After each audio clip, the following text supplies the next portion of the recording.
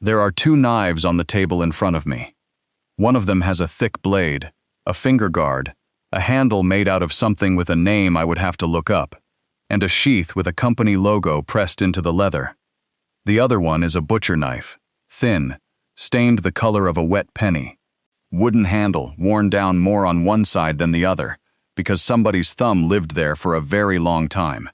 If you asked a room full of modern knife buyers which of these belongs in a deer camp, most of them would point at the expensive one. Every specification on the page agrees with them. And yet, go through the drawers, the footlockers, and the tackle boxes of American families, and over you find the other one. Not preserved, not displayed, used up. Now, this is not a video about how old knives were better. A lot of them weren't. Modern steels resist corrosion better, modern handles are more comfortable, modern manufacturing is more consistent, and I am not going to pretend otherwise just to make an old tool look noble. The question I keep circling is stranger than that. Not whether the old knife was better. Why the man who owned it never felt the need to find out. Because he wasn't ignorant. He saw the catalogs. He walked past the display case at the hardware store every time he bought nails. He knew there were newer knives, sharper-looking knives, knives that came in a box. He kept sharpening the cheap ones smaller instead. I spent a good while on this one, going through company histories, government bulletins, museum records, and edge-testing data, trying to work out why. And the first thing I found is that one of the biggest assumptions in this whole story, including one I used to make myself, turns out to be pointing the wrong direction. Here is the assumption. It goes like this. Grandpa took a kitchen knife hunting because he couldn't afford a real hunting knife. That story is tidy. It's also a little condescending, and as far as I can tell from the catalogs, it is not what happened. Take Old Hickory, since that's the name most of you are already thinking of. It's the line the Ontario Knife Company built its household reputation on, and if you say the words out loud, most people picture a wooden-handled blade lying next to a cutting board. But go looking at what was actually in that line, and the kitchen falls away fast. Boning knives, skinning knives, long butcher patterns described in the trade listings as used by professional butchers in slaughterhouses, and sold as extra long for agricultural and industrial cutting. And a sticking knife. That's a slaughter day tool. It is not a kitchen implement by any definition, and it sat in a line most people today would file under kitchen cutlery without thinking twice. So here is the first turn. The man who carried a butcher pattern blade into a deer camp was not improvising with the wrong tool. He was using a tool from a category that had not yet been cut in half. Kitchen knife, hunting knife. Those are two aisles in a store. They are two search terms.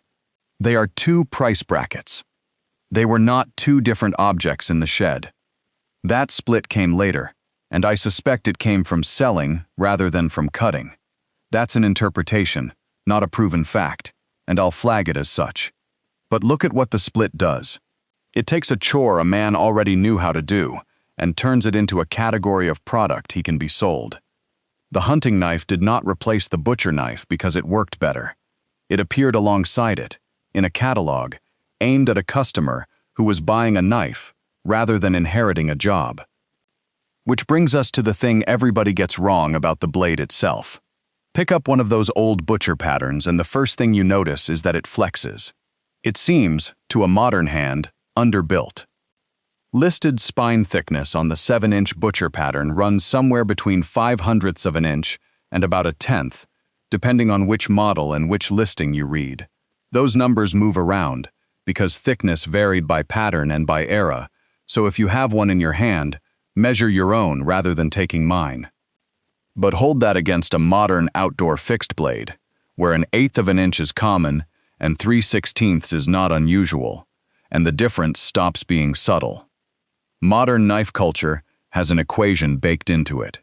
Thicker equals tougher equals better. And for prying, for chopping, for abuse, there's something to that. For separating soft material, it can run the other way. Dr. Laren Thomas, the metallurgist behind Knife Steel Nerds and about as careful a source as exists on this subject, has written something that I think is worth sitting with. He said that people like him sometimes want to blame every difference in performance on the steel, when a so-called lesser steel could outcut a more expensive one if it were just given a couple of degrees of difference at the edge. His testing has shown edge angle and the thickness of material sitting behind the edge doing an enormous amount of the work that we tend to credit to the alloy name. So when we look at an old thin blade and read cheapness into it, we may be reading the wrong thing entirely. Thin wasn't the compromise. On a knife built to slice, thin was the product. The old knife wasn't underbuilt for the job. It may have been built for a different definition of the job. If you've ever opened a kitchen drawer at a family place and found a knife nobody could remember buying and nobody was willing to throw away, you already understand why these stories are worth telling properly. That's most of what this channel is. If that's your kind of thing, the subscribe button is right there. Now, the part about steel that everybody wants to have an argument about. I'm not going to give you carbon versus stainless. It's a boring fight, and the answer is almost always that it depends. Here's the better question. What did older users actually value in a steel, given the tools and the habits they already had? And for once, we don't have to guess, because the government wrote it down. The Department of Agriculture published bulletins on slaughtering and preserving meat on the farm, and buried in them is a passage about maintaining a working edge. It walks through grinding, honing, and steeling. It says plainly that new knives are not usually sold in a condition sharp enough to use, and it notes that if the knife is in heavy use, honing is usually required daily, or at least weekly. Read that again, because it's the whole thing. Daily, or at least weekly. The federal government printed a maintenance schedule inside an instructional pamphlet, because it was assumed that any man doing this work would be putting his knife back on a stone constantly. Nobody was asking how long an edge would last. Everybody already knew the answer was not long enough to matter. Modern reviews measure the opposite thing, how long you can go without sharpening. That's a real virtue. But it answers a question a man with a stone on the windowsill was not asking. Edge retention is a property of the knife. Edge recoverability is a property of the knife, and the man, and the stone, and the 10 minutes after supper. Which is a very different thing to optimize for, and it explains something that otherwise looks like stubbornness. A steel that holds an edge twice as long is not obviously an upgrade to somebody who is going to sharpen it after every use anyway, and who has already learned exactly how many strokes it takes. And while we're here, a caution. Everybody online will tell you what steel your grandfather's knife is made of. Be careful with that. The old butcher patterns are widely listed as 1095. Some current listings for the same line specify 1075. Some just say carbon steel and leave it there. I have not been able to find a published, dated, model-by-model steel history from the manufacturer, and until somebody does, the honest answer for a knife in your hand is that it is a carbon steel of an unverified grade. Carbon steel is a family. It is not a constant. Now let's talk about what the blade itself can tell you, and what it can't. Some old working knives changed shape. A blade that was sharpened for decades can come out narrower than it started, sometimes shorter, sometimes with the curve of the edge running in a line the factory never ground. That's real, and it's one of the more moving things in the whole subject. But I have to put a fence around it, because this is exactly where people start telling themselves stories. You cannot look at a narrow blade and declare that a man sharpened it for 40 years. That blade might be a boning pattern that left the factory narrow. It might be a replacement bought in the 1970s. It might have been ground down in 6 months by somebody leaning too hard on a bench grinder. What you can say is that repeated sharpening changes a profile over time, and that on some surviving working knives, the shape you're holding is not the shape that was sold. That's enough. It doesn't need to be inflated. Same discipline with the darkening. A stable, even gray or brown film on old carbon steel is not proof that nobody cared. It's what carbon steel does when it's used and dried and used again. Active rust is a different animal. Orange, flaking, and still eating. Those two get confused constantly, and one of them means neglect, while the other might mean the opposite. And then the handles, where the working world and the collecting world genuinely disagree. Old working knives get rehandled, repinned, patched, cut down and reshaped when the wood split. A collector looks at that and asks whether it's original, because originality is what carries value in a market. The man who owned it asked whether it still worked. Here is the thing I keep turning over.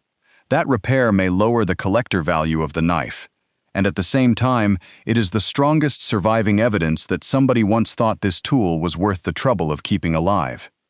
A factory-fresh knife tells you about a factory. A worn one is the only kind that can tell you about a person. But do not go home and fix anything yet. Identify first. Photograph first.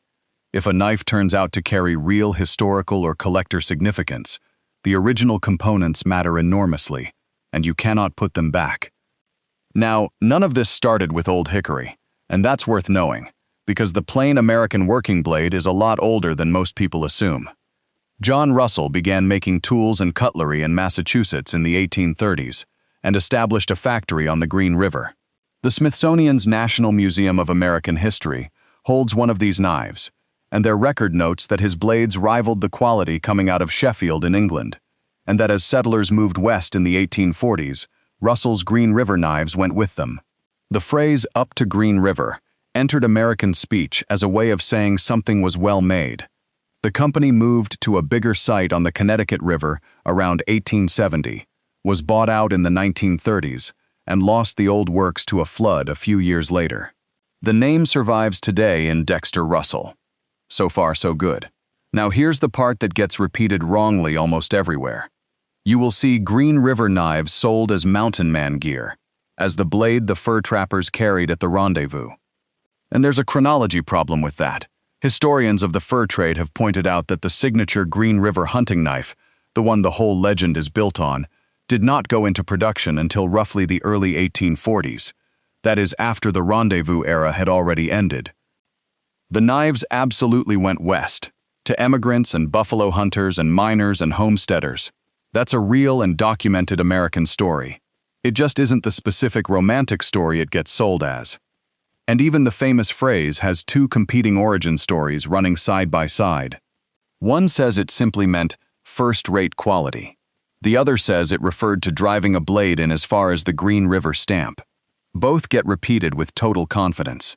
I have not found evidence that settles it, and I'd rather tell you it's unsettled than pick the one that sounds better.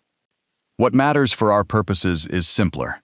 The thin, plain, wooden-handled working blade is not a 20th century budget invention. It's an American manufacturing tradition running back to roughly a century before Old Hickory existed. Which brings me to the single best piece of evidence I found, and it comes from the manufacturer itself.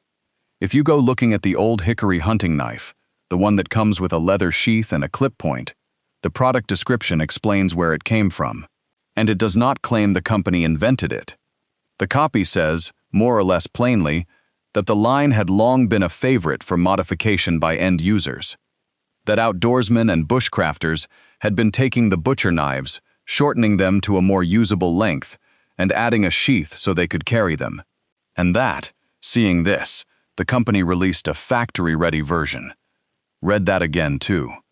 The hunting knife in that catalog is a production copy of something people were already doing in their own garages.